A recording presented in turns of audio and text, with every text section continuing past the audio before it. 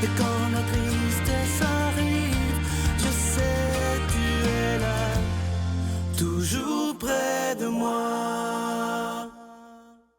Bon samedi matin, bienvenue à votre émission La Victoire d'amour. Comme on le fait à tous les samedis, on rejoint notre petite sœur sourire à nous, sœur Angèle.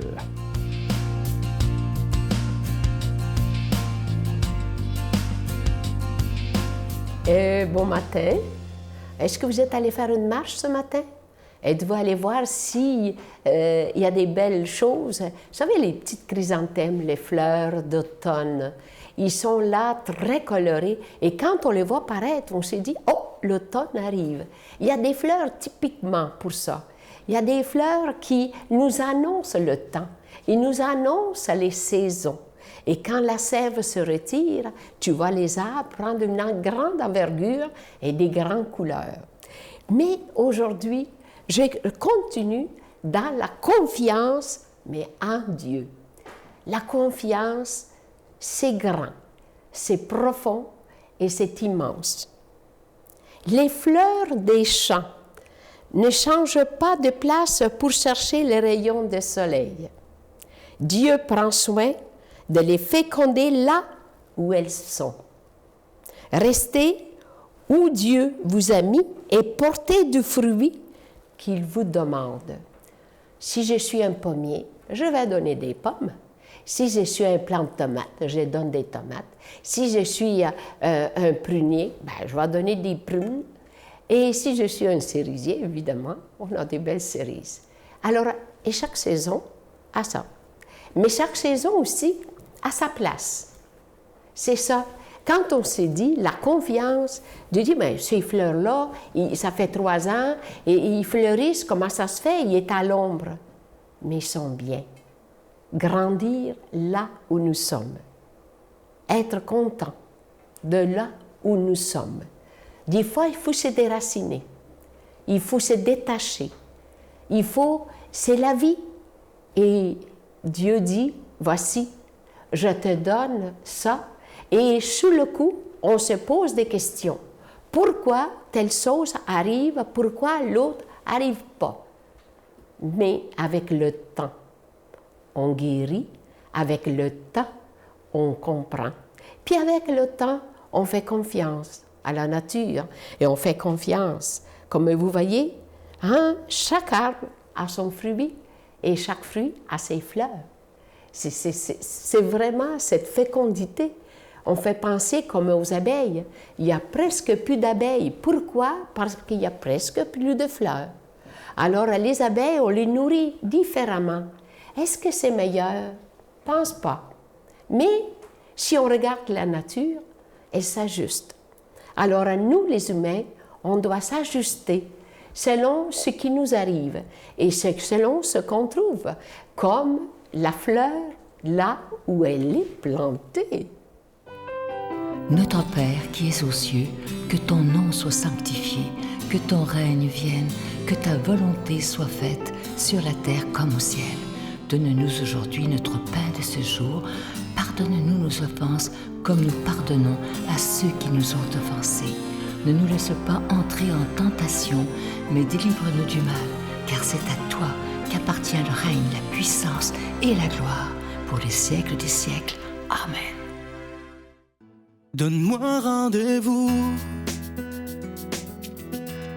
dans l'éternité, qu'il faut croire toujours en toi.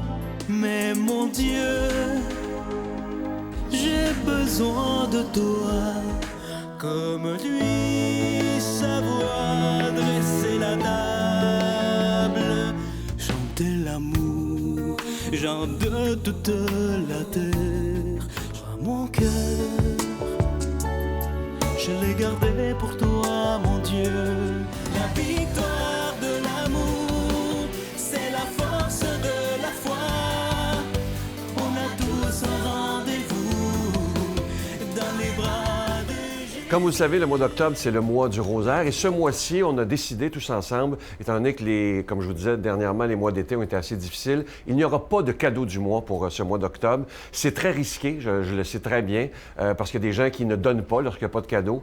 Mais moi, j'ai le goût de vous poser une question aujourd'hui. Est-ce que pour une fois, un mois, on est capable de donner un don à la Victoire de l'amour en disant au Seigneur, je le fais pour toi, pour que ta parole soit annoncée et j'attends rien d'autre en retour. Je suis juste heureux ou heureuse de faire un don et qui va servir à annoncer ta parole à la télévision et sur Internet. Alors, je vous remercie de tout mon cœur de donner des mains à la Providence, parce que si vous n'êtes pas là, évidemment, ce ministère ne pourrait pas continuer. Mais moi, je mets toute ma confiance en ce Jésus qui est prince de la paix. Et comme c'est le mois d'octobre, le mois du rosaire, on va demander à la Vierge Marie aussi de toujours protéger la Victoire de l'amour. Je vous donne l'adresse en vous disant merci de votre générosité. La Victoire de l'amour, casier postal 120, succursale Boucherville à Boucherville, le J4B 5E6. Je vous la redonne. La Victoire de l'amour, casier postal 120, succursale Boucherville à Boucherville, le J4B 5E6. Également par téléphone, par carte de crédit du lundi au vendredi de 8h30 à 16h30 dans le 514-523-4433,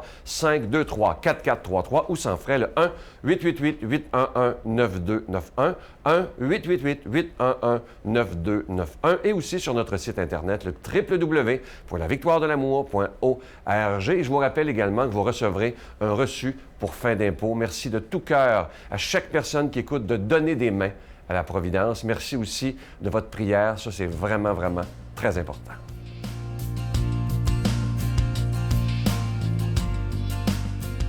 Mon Dieu, donnez-moi la sérénité d'accepter les choses que je ne peux changer, le courage de changer les choses que je peux et la sagesse d'en connaître la différence.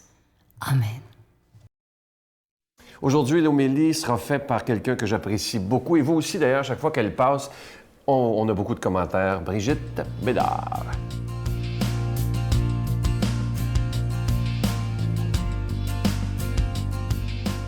Bonjour tout le monde, bienvenue. Et écoutons ensemble cette belle parole du Seigneur qui nous est adressée aujourd'hui et qu'on va méditer et, je dirais, ramâcher toute la journée. On va essayer d'y goûter parce qu'on parle de nourriture ce matin. Comme Jésus disait cela, une femme éleva la voix au milieu de la foule pour lui dire « Heureuse la mère qui t'a porté en elle et dont les seins t'ont nourri. » Alors Jésus lui déclara « Heureux plutôt ceux qui écoutent la parole de Dieu et qui la gardent. » Acclamons la parole de Dieu. Alors, Jésus, il dénigre pas sa mère quand il dit ça. Hein? Il dit pas « Non, ma mère, c'est pas important. » Il y en a des fois qui interprètent ça de cette façon-là, mais c'est pas ça. C'est que Jésus, il veut nous amener à un niveau toujours un peu plus élevé dans l'espace du spirituel, dans l'espace de l'esprit, du surnaturel. Et puis, oui, évidemment que Marie est heureuse d'être la mère du Christ, hein? Mais ce qu'il veut nous faire comprendre aujourd'hui, c'est que ce qui est encore plus essentiel pour les personnes que nous sommes, c'est pas juste la nourriture qu'on doit ingurgiter, hein, le pain, le lait qu'un bébé boit au sein de sa maman. C'est pas juste cette nourriture-là, mais c'est la nourriture de la parole. Heureux plutôt ceux qui écoutent la parole de Dieu et qui la gardent, qui la digèrent, qui la gardent à l'intérieur et qui toute la journée la savourent et la ruminent, hein, comme les vaches. Hein, les vaches, là, ils vont mâcher toute la journée. Bien, c'est ça que le Seigneur, il veut qu'on fasse. Il veut qu'on entende sa parole comme une nourriture qui nous envahit puis qui nous travaille de l'intérieur, dans l'âme, dans le corps. Puis, ce que j'aime aussi de ça, c'est que c'est deux béatitudes. On dit « heureux les pauvres, heureux ceux qui souffrent, heureux ceux qui pleurent, car ils riront, heureux les doux, ils verront Dieu. » On connaît les béatitudes, comment c'est un beau texte. Mais là, ce sont encore deux béatitudes dont Jésus nous parle.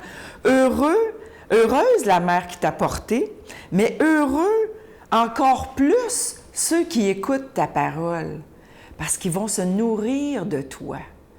Alors, autant Marie a été une nourriture pour son Fils, autant le Fils, Jésus, notre frère, devient une nourriture pour nous.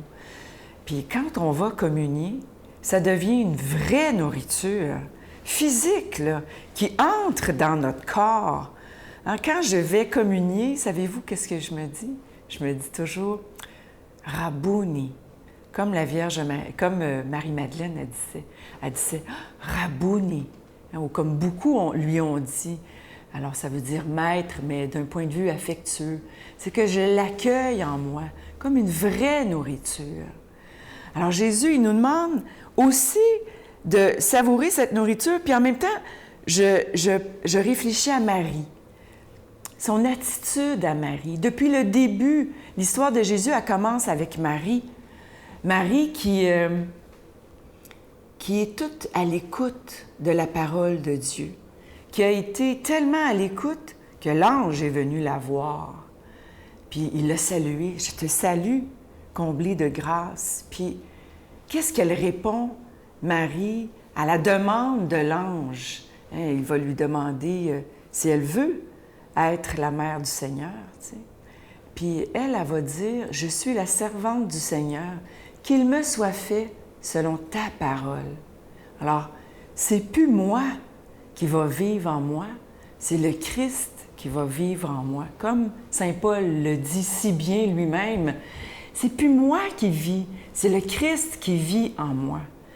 Alors Jésus nous dit que on est vraiment heureux quand c'est lui maintenant qui prend toute la place comme nourriture, puis qu'on rumine sa parole, qu'on médite sa parole toute la journée. C'est vraiment là le vrai bonheur. Puis, c'est sûr que Marie, on peut la prendre comme exemple. Elle a entendu la parole de l'ange, elle a dit oui à l'ange, oui au Seigneur, mais elle était là aussi au pied de la croix, toute en silence. Elle a assisté à cette terrible épreuve, ce drame qui est inhumain. Puis elle a été là aussi à la fondation de l'Église, hein, quand à Pentecôte, elle est là, elle prie avec tous les apôtres, les frères, les sœurs. Ils sont là, elle est là, la vraie famille. La vraie famille, c'est ceux qui écoutent la parole de Dieu. C'est ça, la vraie famille. Alors, ceux qui n'ont plus de famille, mais vous avez toujours la famille, la grande Église qui est née ce jour-là de la Pentecôte. Marie était là. C'est elle qui a guidé les apôtres dans cette journée-là. Et on peut demander à Marie, avec Jésus aujourd'hui, de nous guider avec cette parole et de nous bénir. Au nom du Père, du Fils et du Saint-Esprit. Amen. Je vous salue Marie, pleine de grâce. Le Seigneur est avec vous. Vous êtes bénie entre toutes les femmes, et Jésus, le fruit de vos entrailles, est béni. Sainte Marie, Mère de Dieu, priez pour nous pauvres pécheurs, maintenant et à l'heure de notre mort. Amen.